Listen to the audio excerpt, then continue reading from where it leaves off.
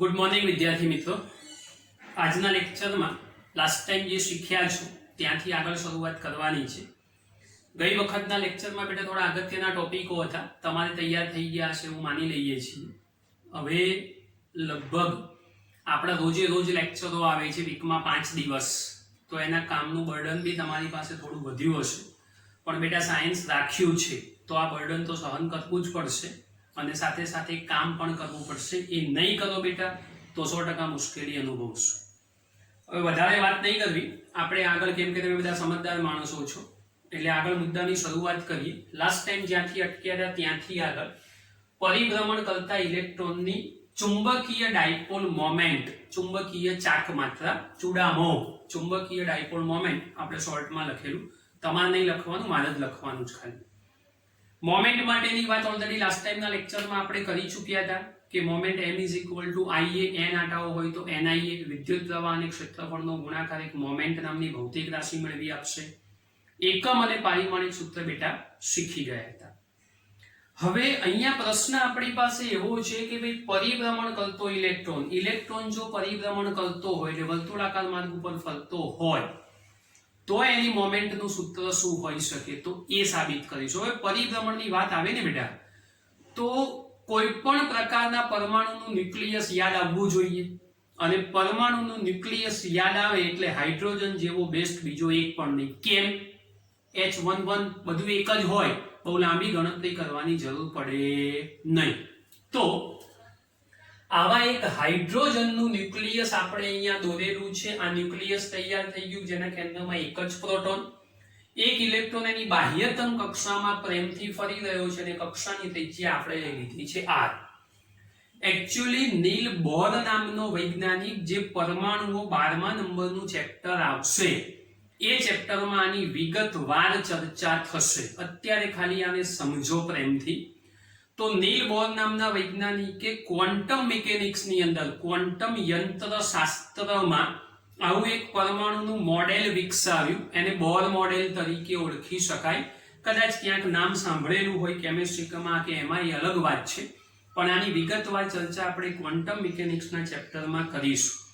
પણ એ બોર મોડેલનો ઉપયોગ અહીંયા કરવાનો છે ને વર્તુળાકાર માર્ગ ઉપર પરિભ્રમણ હોય તો એ વર્તુળાકાર માર્ગ ઉપર આ બોર નામના વૈજ્ઞાનિકે કોણીય વેગમાન પણ શોધ્યું હતું। સુરેખ માર્ગ ઉપર રેખીય વેગમાન મળે, વર્તુળાકાર માર્ગ ઉપર કોણીય વેગમાન મળે, જે ચાક ગતિમાં આપણે શીખ્યા છીએ। તો એ કોણીય વેગમાનનો કોન્સેપ્ટ પણ અહીંયા યાદ કરવો પડશે, શીખેલા છો એ જ।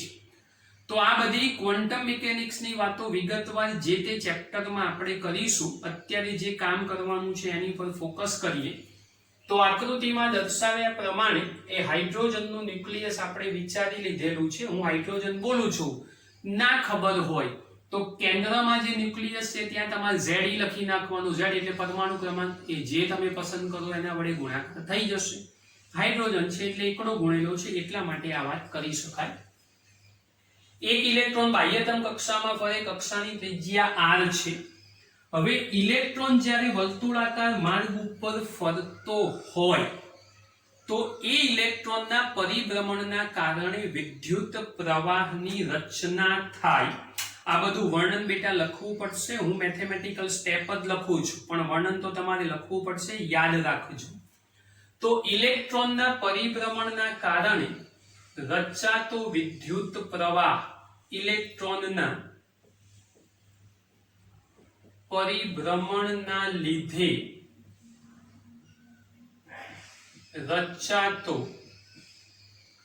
વિદ્યુત પ્રવાહ ધારો કે I હોય તો આપણું સૂત્ર I = Q/T, પણ ઇલેક્ટ્રોનનું પરિભ્રમણ છે એટલે વિદ્યુત ભારમાં ઇલેક્ટ્રોન થશે અને એક પરિભ્રમણ પૂરું કરવા માટે લાગતો સમયગાળો એને આપણે આવર્તકાળ કહીશું, એટલે સૂત્ર બન્યું E/T।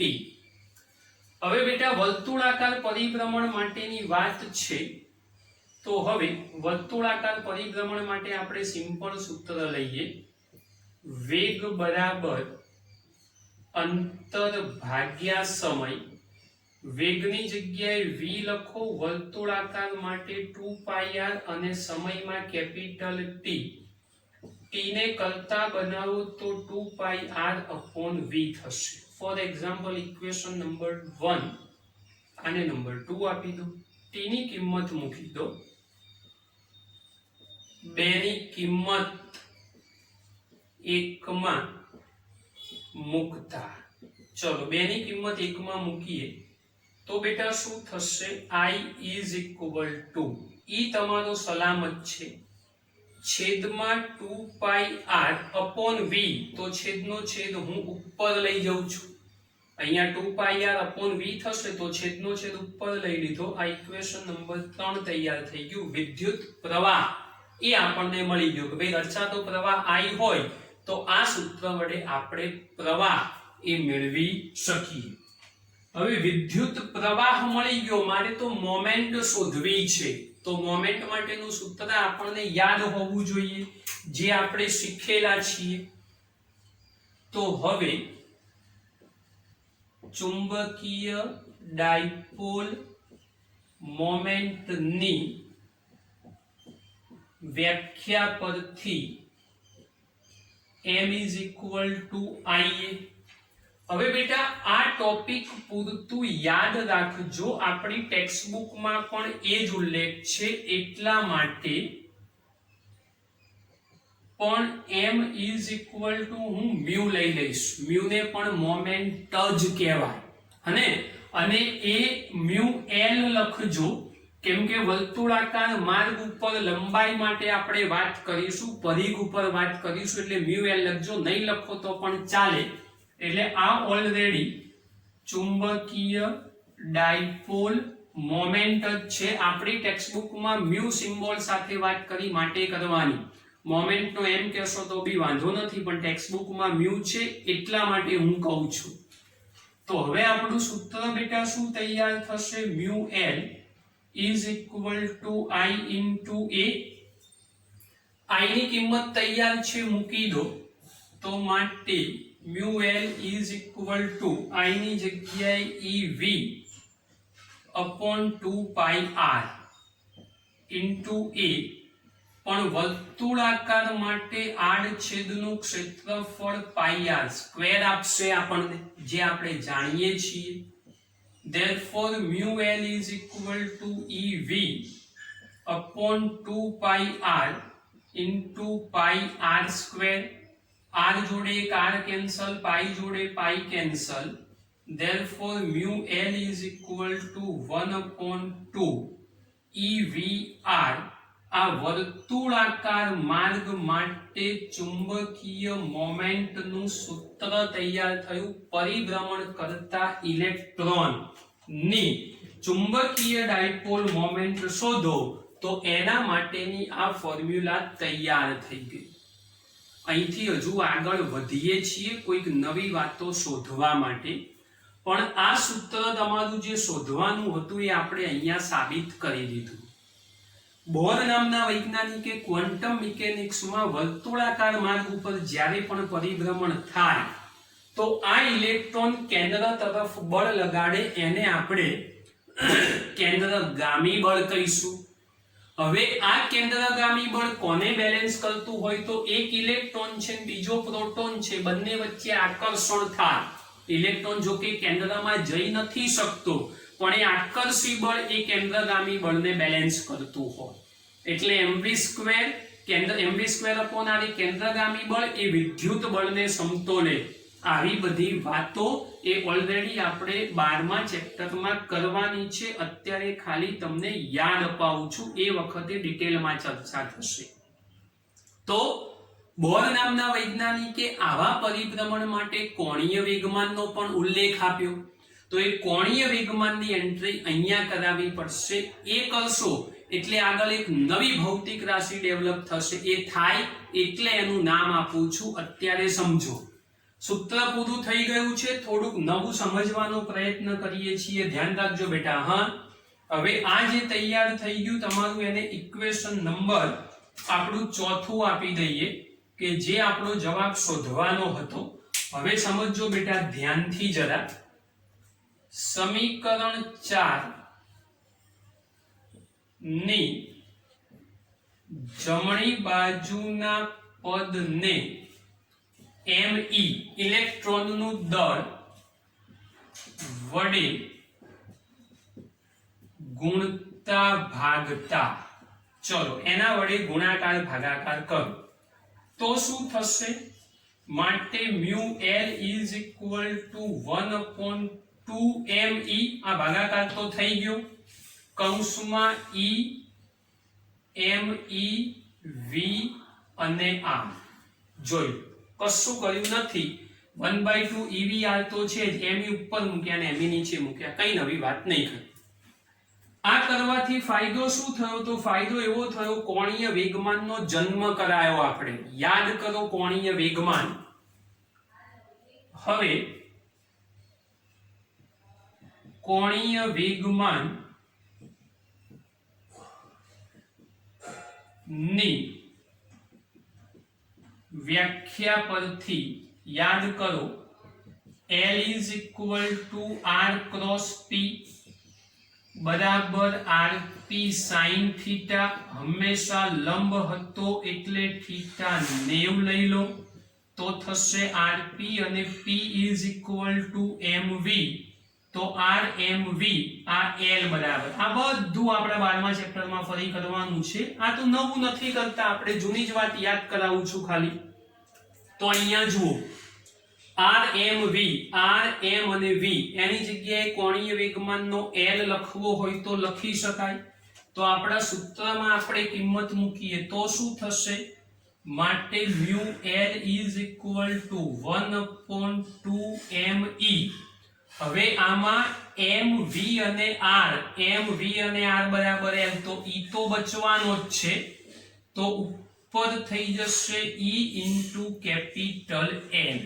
જોઈ લો છે, જ્યાં કેપિટલ L એને આપણે કોણીય વેગમાન કહીશું. યાદ રાખજો જરા, મેં લખેલું છે કોણીય વેગમાનની વ્યાખ્યા પરથી, લંબાઈ નથી, હજુ બી કહું છું, યાદ રાખજો. તો E into L તૈયાર થઈ ગયું. આ જે ફોર્મ્યુલા આપણી તૈયાર થઈ એ ફોર્મ્યુલાને સમજો ધ્યાનથી જરા. એ ફોર્મ્યુલાને આગળ જ્યારે શોધવાનું આવશે ત્યારે માટે mu L is equal to, ખાલી લખીએ છીએ આ પ્રમાણે, E upon 2me into L. જોઈ લો, E upon 2me into L. E ઉડાડતા નહીં, આ ઇલેક્ટ્રોનનું દળ છે, આ ઇલેક્ટ્રોન સ્વયં છે, અને આ ખાલી સૂત્રને આપણે ડેકોરેટિવ કર્યું, બીજું કશું કર્યું નથી. ધ્યાનથી સમજી લેજો બેટા. હવે મહત્વની વાત, આ સૂત્ર આપણું મોમેન્ટનું મળી ગયું. માટે mu L is equal to minus E upon 2me into L. સાહેબ ફરી પાછું માઇનસ ક્યાંથી ઘુસેડ્યું તમે વચ્ચે? આમાં તો પ્લસ આવ્યું, તો ઋણ નિશાની બહુ જ અગત્યની વાત છે, યાદ રાખજો. કોણીય વેગમાન એટલે પરિભ્રમણ કરતી ભૌતિક રાશિ અને ઇલેક્ટ્રોન એ બંનેની પરસ્પર વિરુદ્ધ દિશા દર્શાવે છે, એટલે યાદ રાખો. ઋણ નિશાની બહુ જ મહત્વની વાત છે. ઋણ નિશાની ઇલેક્ટ્રોન તથા કોણીય વેગમાનનું પરસ્પર વિરુદ્ધ દિશામાં પરિભ્રમણ સૂચવે છે. એ ક્વોન્ટમ મિકેનિક્સ ભણશો એટલે ખબર પડી જશે. ઇલેક્ટ્રોનનું પરિભ્રમણ ધારો કે આમ થતું હોય તો કોણીય વેગમાન આમ થવો જોઈએ, ઇલેક્ટ્રોન આમ ફરે તો કોણીય વેગમાન આ પ્રમાણે મળવું જોઈએ. આ બહુ જ અગત્યની વાત છે, યાદ રાખવાની છે. અહીંયાથી નવી ભૌતિક રાશિનો જન્મ થશે. મેં હમણાં કીધું તું, જુઓ હવે નવી ભૌતિક રાશિનો જન્મ કરાવીએ છીએ. સમજો બેટા, જ્યાં નામ ધ્યાન રાખજો, E/2m અથવા 2me is equal to gyromagnetic ratio. આને ગાયરોમેગ્નેટિક રેશિયો તરીકે ઓળખી શકાય.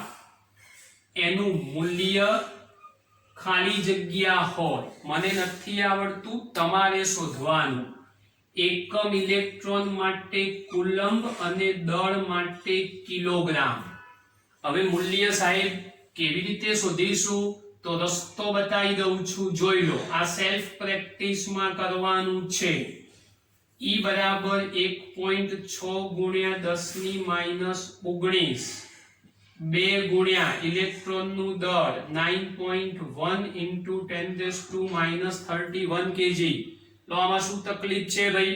તો આનું સાદું રૂપ આપજો જાતે અને જે જવાબ આવે જવાબ અહીંયા મૂકજો. ગાયરોમેગ્નેટિક રેશિયો એક અચળાંક છે અને એ અચળાંકનું મૂલ્ય અહીંયા જે આવે તમારે યાદ રાખવાનું. હું નહીં કહું, આ ગણતરીથી જાતે શોધવાનું, પછી યાદ રહી જશે. 8.8 સમથિંગ આવશે. લો સાહેબ કહી દીધું તમે તો કહી જ દઈએ ને. હવે તમારે ખોટી મહેનત કરવી, ઘાત શોધજો એટલું તો કરજો. 8.8 into 10 બસ એ તમારે પ્રેક્ટિસ કરવાની, તમારે શોધી નાખવાનું. આ શોધાઈ જવું જોઈએ. તો ગાયરોમેગ્નેટિક પ્રશ્ન પૂછાશે, ગાયરોમેગ્નેટિક રેશિયોનું મૂલ્ય લખો. તો મૂલ્ય તો એકમ સાથે લખો એટલે એકમ તો આવડવો જ જોઈએ. અને એ પૂરું કરો તો એ જ ગાયરોમેગ્નેટિક રેશિયોનું જો પારિમાણિક સૂત્ર આપણે લખવું હોય તો એ પણ આવડવું જોઈએ. તો શું કરશો?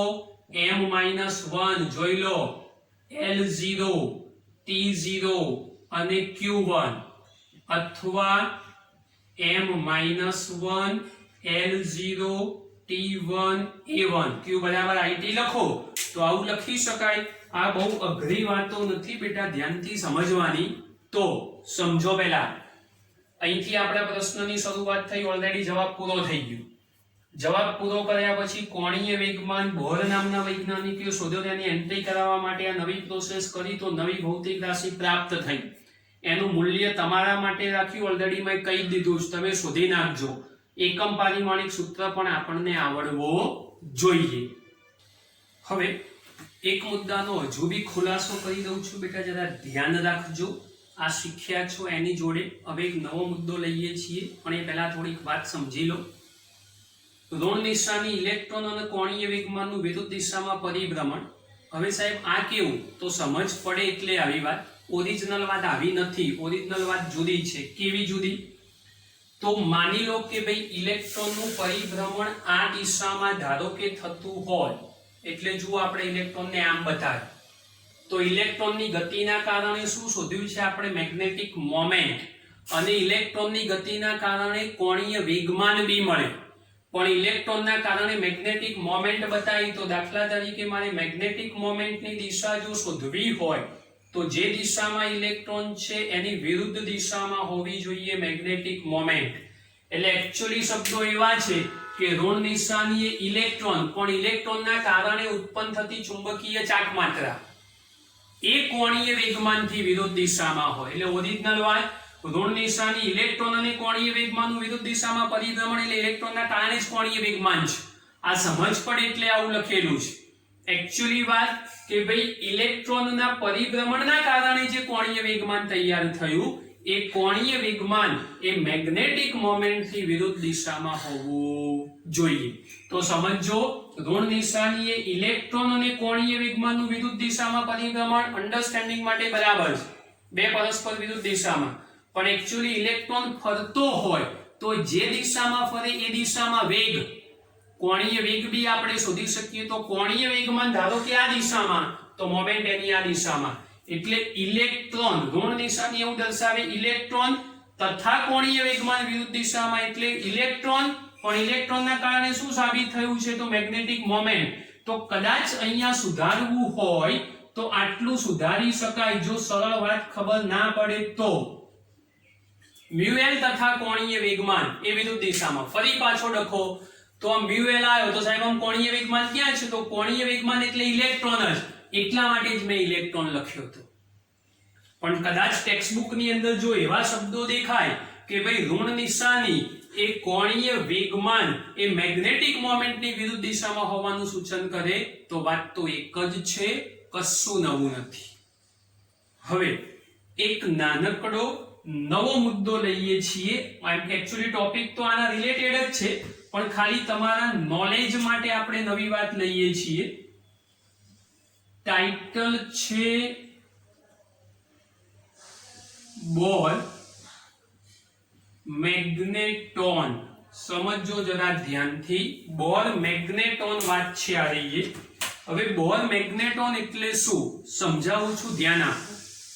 હવે જેવી રીતે સમજો ઇલેક્ટ્રોનની મેગ્નેટિક મોમેન્ટ હોય જે આપણે શોધી, એ પ્રમાણે આખા પરમાણુની પણ મેગ્નેટિક મોમેન્ટ હોય, તો એ કેવી રીતે મળે?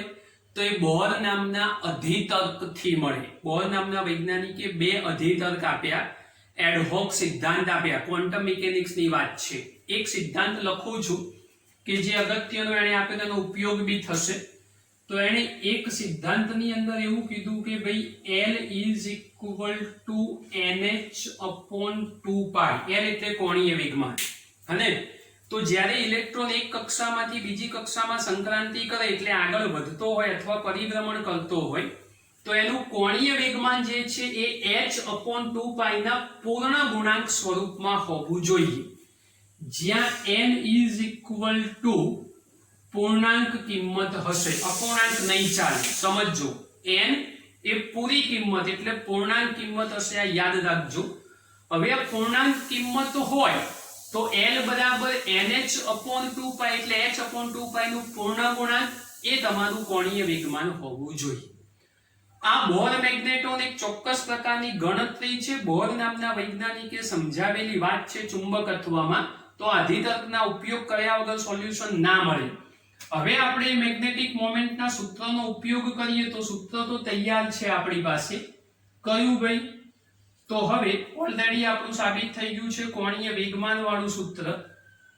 તો mu L is equal to E/2m into L. આ કોણીય વેગમાન જ છે. લો સમજ પડે તો હું કેપિટલ L લખું એટલે તમે લંબાઈ ના સમજો પાછું. L ની કિંમત મૂકી દો તો E/2me, L ની જગ્યાએ NH/2π. સાહેબ આ H શું છે તો કહો. તો એ યાદ છે, તમે ભૂલી ગયા છો. H is equal to Planck અચળાંક. યાદ કરો 6.625 into 10⁻⁻34 લખી આપું છું.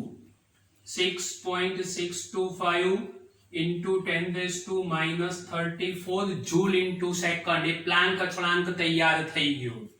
મારી કિંમતો મૂકવી હોય તો સાદું રૂપ શું થશે?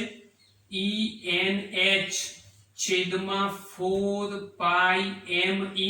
હવે ખાલી વેલ્યુ મૂકવા માટેની વાત કરો તો 1.6 × 10⁻−19. હાઇડ્રોજન પરમાણુની વાત શરૂઆતથી કરીએ છીએ, એક લઈ લઈશું. H બરાબર 6.625 into 10⁻34 થશે, છેદમાં 4 ગુણ્યા 3.14 9.1 into 10⁻31 kg. બેટા સાદું રૂપ આપી અને ગણતરી કરજો, એક ચોક્કસ પ્રકારનો જવાબ મળશે. સાહેબ આ શું કરાયું? તો કંઈ કરાયું નથી. આપણી ચોપડીમાં એક આવો નાનકડો મુદ્દો આંકડાઓ શોધીને આપેલો છે, તે તમને શોધતા શીખવાડ્યું. બોર મેગ્નેટોન કેમ નામ પડ્યું? તો મેગ્નેટ એટલે ચુંબક. બોર નામના વૈજ્ઞાનિકે ઇલેક્ટ્રોનના પરિભ્રમણથી ચુંબકત્વના નિયમો શોધ્યા અને પોતાની એન્ટ્રી અધિતર્ક સ્વરૂપે આપી. તો એને આપણે ખાલી આંકડાકીય રીતે સાબિત કરી, નવું કશું કર્યું નહીં. આ એક માર્ક્સમાં ક્યાંક પૂછાય તો આ વેલ્યુ તમે જે શોધો એ તમને યાદ હોવી જોઈએ. ચાલો વિદ્યાર્થી મિત્રો, નવા મુદ્દાની શરૂઆત કરીએ છીએ. હવે બેટા ધ્યાન આપજો. ગેલ્વેનોમીટર, ચલિત ગૂંચળાવાળા ગેલ્વેનોમીટરની ચર્ચા આપણે કરવાની છે. ગેલ્વેનોમીટરનો સિદ્ધાંત, એની રચના, એનું કાર્ય, એની મદદથી સૂત્ર અને છેલ્લે એના ઉપયોગો, આટલી વાતો શીખવાની છે. ગેલ્વેનોમીટર કેવું હોય? તો જ્યારે ત્યારે સ્કૂલ ખુલશે, અહીંયા ક્વેશ્ચન માર્ક છે, ત્યારે પ્રેક્ટિકલ શરૂ થશે. તો એ પ્રેક્ટિકલની અંદર વિસ્ટન બ્રિજ, પોટેન્શિયોમીટર, આ બધા પ્રયોગો કરવાના આવશે. ત્યાં ગેલ્વેનોમીટરનો ઉપયોગ આવશે. આની ચર્ચા આગળ થઈ ગયેલી હતી. ત્યારે મેં કીધું હતું કે ગેલ્વેનોમીટર કેવું હશે એની ડિટેલમાં ચર્ચા આપણે ભવિષ્યમાં કરીશું. એ ભવિષ્ય આજે આપણું વર્તમાન છે. તો આ ગેલ્વેનોમીટરની અંતસ્થ રચના આપણે દોરેલી છે. ચોપડીમાં આકૃતિ જોજો, આના કરતા થોડીક સારી હશે. મેં સારી દોરવાનો પ્રયત્ન કર્યો છે. તમારા કરતા તો સારી જ દોરી છે, ચિંતા ના કરશો. હસવાનું બંધ કરી દો જરા. હને હવે આ ગેલ્વેનોમીટર એ ચલિત ગૂંચળા વાળું ગેલ્વેનોમીટર, એટલે સાહેબ ચાલતું હોય ના, કોણાવર્તન કરે, ફરે માટે ચલિત ગૂંચળા વાળું કહેવાય. શું હોય એની અંતસ્થ રચનામાં? પહેલા તો સિદ્ધાંત સમજી લો કે ભાઈ સમાન ચુંબકીય ક્ષેત્રમાં વિદ્યુત પ્રવાહધારિત ગૂંચળાને લટકાવો તો એની પર ટોર્ક લાગે. લાસ્ટ ટાઈમ જ સૂત્ર સાબિત થઈ ગયું, બીના સાઇન થીટા વાળું. અને એ ટોર્ક લાગે તો એનું કોણાવર્તન થવું જોઈએ. ઓલરેડી ખબર જ છે સિદ્ધાંત, કોઈ નવી વાત નથી. હવે અંતસ્થ રચનામાં શું હોય? તો બે આવા મોટા ચુંબકો એક ઉત્તર અને એક દક્ષિણ ધ્રુવ સામસામે ગોઠવેલા હોય એમ મૂકેલા હોય. એની વચ્ચે આ લાલ કલરમાં દેખાય છે એવું નિયમિત ચુંબકીય ક્ષેત્ર છેક સુધી લાગુ પાડેલું હોય. એમાં નરમ લોખંડનો એક નળાકાર, એક ગર્ભ, લોખંડનો એક નળાકાર અથવા ગર્ભ કેવી રીતે ખબર પડે? તો આપણા કોઈ પણ વેહિકલ હોય ને બેટા, એ વેહિકલની અંદર મીટરો આવે, સ્પીડોમીટર. તો એ સ્પીડોમીટરમાં તમે જોજો આમ એક નળાકાર હશે, નળાકારની અંદર ઉપર મીટર મૂક્યું હશે, એની ઉપર કાંટાઓ આપણા ફરતા હશે. આવી વાત હશે. તો એવી જ રચના છે કે નરમ લોખંડના ગર્ભની અંદર એક આવું ફરી શકે એવું ગૂંચળું રાખેલું હોય ને એની અંદર એક સ્પ્રિંગ એટલે કોઇલની રચના કરેલી હોય. જ્યારે ત્યારે આ સાધનની અંદરથી પ્રવાહ પસાર થાય એટલે આપણું ગૂંચળું છે ને ફરે, કોણાવર્તન અનુભવે. પ્રવાહ બંધ થાય એટલે ગૂંચળું ફરી મૂળ સ્થિતિમાં આવે. એ પેલી સ્પ્રિંગ, એસપી એટલે સ્પ્રિંગ, એ સ્પ્રિંગના કારણે આવું કામ થતું હોય. અહીંયા એના અવલોકનો નોંધવા માટે આ ગૂંચળું જે ફરતું હોય એની જોડે એક દર્શક સ્કેલ જોડેલો હોય, ઉપર દર્શક આંક લખેલા હોય. એ દર્શક આંકની મદદથી તમે એની ગણતરીઓ કરી શકો કે ભાઈ ગેલ્વેનોમીટરમાં એકચ્યુઅલી બેઝિકલી આવું હોય કે આ જે ગેલ્વેનોમીટર હશે એનો દર્શક સ્કેલ રાઈટ વે તો આવો જ હશે. તમે જોજો એટલે ખબર પડશે. અહીંયા એક્ઝેક્ટ 0 હોય, એક બાજુ 10, 20 અને 30 લખ્યા હોય, અહીંયા પણ 10, 20 અને 30 લખેલા હોય. એટલે આ કાંટો કાં તો આમ ફરે કાં તો આમ ફરે. આમ ફરે તો સમઘડી પરિભ્રમણ કહેવાય, આમ ફરે તો વિષમઘડી પરિભ્રમણ કહેવાય. તો આ પહેલા નંબરનો પ્રશ્ન થયો. તમારો સિદ્ધાંત આકૃતિ દોરીને મેં જે કોઈ સ્ટોરી તમને સમજાઈ એ બધી અપ ટુ ડેટ લખવી પડશે. સિદ્ધાંત થઈ ગયો, આકૃતિ દોરાઈ ગઈ, એનું વર્ણન બી લખી દીધું, એટલે એની રચના સમજી લીધી. હવે આપણે નવા મુદ્દા ઉપર આગળ વધીએ તો એને કાર્ય પદ્ધતિ ઉપર આગળ જઈએ. એટલે હવે આપણે શીખીશું એનું કાર્ય. સમજો, સિદ્ધાંત થઈ ગયો, આ રચના વર્ણન સાથે લખવાની. હવે આવે છે કાર્યની વાત. જ્યારે ગૂંચળા ઉપર ગૂંચળામાંથી પ્રવાહ પસાર થાય એટલે ગેલ્વેનોમીટરને કોઈ બાહ્ય પરિપથમાં તમે જોડેલું હોય તો એમાંથી વિદ્યુત પ્રવાહ પસાર થવાનો. અને જો વિદ્યુત પ્રવાહ એની અંદરથી પસાર થશે બેટા તો એ ગૂંચળાની કોઇલ કોણાવર્તન અનુભવશે, તો એની પર ટોર્ક લાગશે. તો એનો સિદ્ધાંત દર્શાવે છે. તો આ ટોર્ક જે લાગતું હોય એ સૂત્ર આપણે ઓલરેડી શીખેલા છીએ ટોર્ક માટેનું. લાસ્ટ ટાઈમ સાબિત કરેલું સૂત્ર, torque tau is equal two Bina sine theta. યાદ રાખજો, n આંટાવાળા ગૂંચળા માટે આપણે વાત કરેલી છે એટલે થશે બીના સાઇન થીટા.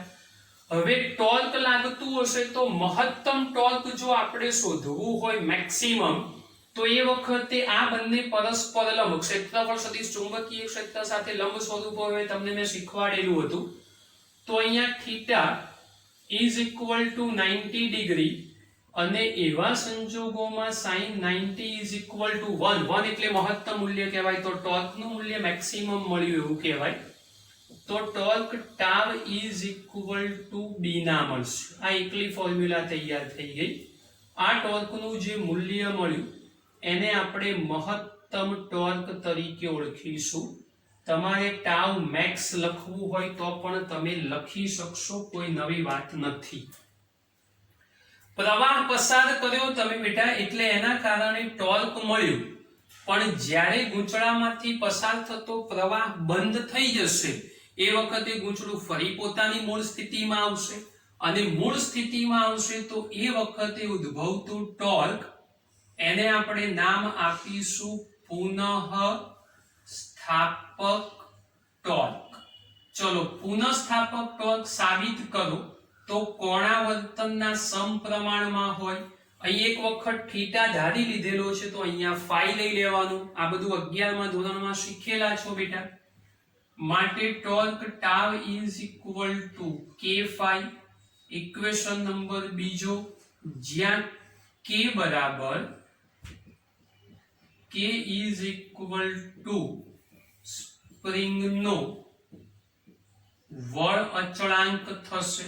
આજે એની અંદર વળ આપેલા છે ને, એ કોઇલ છે, સ્પ્રિંગ છે, એનો વળ અચળાંક તૈયાર થશે. હવે આ ટોર્કનું પહેલું અને બીજું સૂત્ર બંને તૈયાર છે, બંનેને સરખાવો. તો 1 અને 2 પરથી k phi is equal to b ના. હવે k phi is equal to b ના જો હું phi ને કરતા બનાવું તો શું થશે ભાઈ? phi ને કરતા બનાવો તો b ના ભાગ્યા k. તો આ પુનઃસ્થાપક ટોર્ક માટે જે કોણાવર્તન હતું એ મળી ગયું. k ને કરતા બનાવવો હોય તો k ને કરતા બનાવજો. તમારે જે કરવું હોય એ. ધારો કે પ્રવાહને કરતા બનાવો તો I બરાબર સમજો આ નીચે જ હશે એટલે k phi ભાગ્યા 2. જોઈ લો I ને કરતા બનાવ્યો તો k phi ભાગ્યા 2 માટે I is equal to k ભાગ્યા 2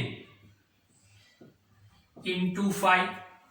હવે k વળ અચળાંક છે, અચળ ભૌતિક રાશિ. ચુંબકીય ક્ષેત્ર ચુંબકના કારણે ઉત્પન્ન થયું અચળ. ક્ષેત્રફળ નહીં બદલાય, આંટાઓની સંખ્યા પણ નહીં બદલાય. તો આ સંપૂર્ણ અચળ થઈ ગયા. આ રહ્યા એ પદ. આ અચળ પદ તૈયાર થયું તો I proportional to phi સાબિત થાય. આનો અર્થ બેટા શું થાય કે ભાઈ ગૂંચળામાં તમે જેટલો પ્રવાહ પસાર કરશો એટલું જ એનું કોણાવર્તન થશે, સમઘડી અથવા વિષમઘડી. અથવા જેટલું કોણાવર્તન થયું હશે એટલા પ્રમાણમાં જ પ્રવાહ દાખલ થયેલો હશે. તો આ બહુ જ અગત્યની વાત છે બેટા, ધ્યાન રાખજો. સૌથી પહેલા આકૃતિ સિદ્ધાંત, આકૃતિ દોર્યા પછી રચના, એના પછી એનું કાર્ય અને કાર્યની મદદથી I proportional to phi સાબિત કરતા આવડવું જોઈએ. હવે સમજજો, અહીં I ને બી કરતા બની આપ્યો. એવી કદાચ તમારી ઈચ્છા હોય કે સાહેબ આપણે phi ને કરતા બનાવો તો કશો વાંધો નહીં, એમાં ક્યાં ગભરાવાની જરૂર છે. તમે phi ને કરતા બનાવો તો phi કરતા બનશે તો શું થશે? આ રહ્યું તમારું સૂત્ર, જોઈ લો. બનાવેલું જ છે મેં પહેલેથી, પણ અહીંયા ડાયરેક્ટ જો લખવાનો પ્રયત્ન કરો ને તો એ કેવું થઈ જશે ભાઈ? 2 ભાગ્યા k into I. જોઈ લો અહીંયા phi ને કરતા બનાવેલું છે તો 2 ભાગ્યા k into ઓલરેડી કરેલું છે. તો અહીંયા આ અચળ થઈ ગયો જે અહીં સમજાયું એ. તો phi proportional to I. મેં બંને વાતો તમને કહી દીધી બેટા, સમપ્રમાણ છે આપણી પાસે એટલે બંને વાતો તમને સમજાઈ દીધી. જેટલો પ્રવાહ એટલું કોણાવર્તન, અથવા કોણાવર્તન એ પ્રવાહ જેટલો પસાર કર્યો હશે એટલું જ થશે. કઈ નવી વાત થવાની નથી. છેલ્લા નંબરની અંદર વાત કરીએ ગેલ્વેનોમીટરની અંદર. તો ગેલ્વેનોમીટરના ઉપયોગ શીખવાડેલા જ છે, કઈ નવી વાત નથી. નંબર 1 સમજો. એક તો ગેલ્વેનોમીટર જે છે ને એ અત્યંત સંવેદનશીલ સાધન છે. આવતા લેક્ચરમાં આની ચર્ચા કરવાની જ છે. માત્ર વિદ્યુત પ્રવાહની હાજરી અને દિશા દર્શાવવા માટે જ એનો ઉપયોગ થાય છે. ગેલ્વેનોમીટરથી કશું માપી શકાતું નથી. યાદ રાખજો, ગેલ્વેનોમીટર અત્યંત સંવેદનશીલ સાધન. એમાંથી સહેજ બી વધારે કરંટ પસાર કરો તો એની કોઇલ એ બળી જવાની પૂરેપૂરી શક્યતાઓ છે. અને એટલા માટે માત્ર વિદ્યુત પ્રવાહની હાજરી અને દિશા દર્શાવતું સાધન એની મદદથી આપણે કશું માપી શકીશું નહીં. તો બેટા બહુ જ અગત્યની વાત છે, ખાસ ધ્યાન રાખીને સમજજો. આજના લેક્ચરમાં 2 મુદ્દાઓની ચર્ચા કરી છે. બંને મુદ્દા મસ્ત રીતે તૈયાર થઈ જવા જોઈએ. આ ટોપિકો તૈયાર થઈ જશે તો હવે આપણે ચેપ્ટરની અંતિમ અવસ્થામાં છીએ. ચેપ્ટરની જે અંતિમ અવસ્થામાં છીએ એ અંતિમ અવસ્થામાં એક જ મુદ્દો બાકી છે શીખવાડવાનો, એ આપણે શીખવાડી દઈશું. અને પણ જેમ જેમ ચલાવીએ છીએ એ પ્રમાણે બેટા તૈયાર કરતા રહેજો, વિશેષ ફાયદામાં રહેશો. તો આજે અહીંયા પૂરું કરીએ છીએ, બાકીની નવી વાતો આવતા લેક્ચરમાં કરીશું.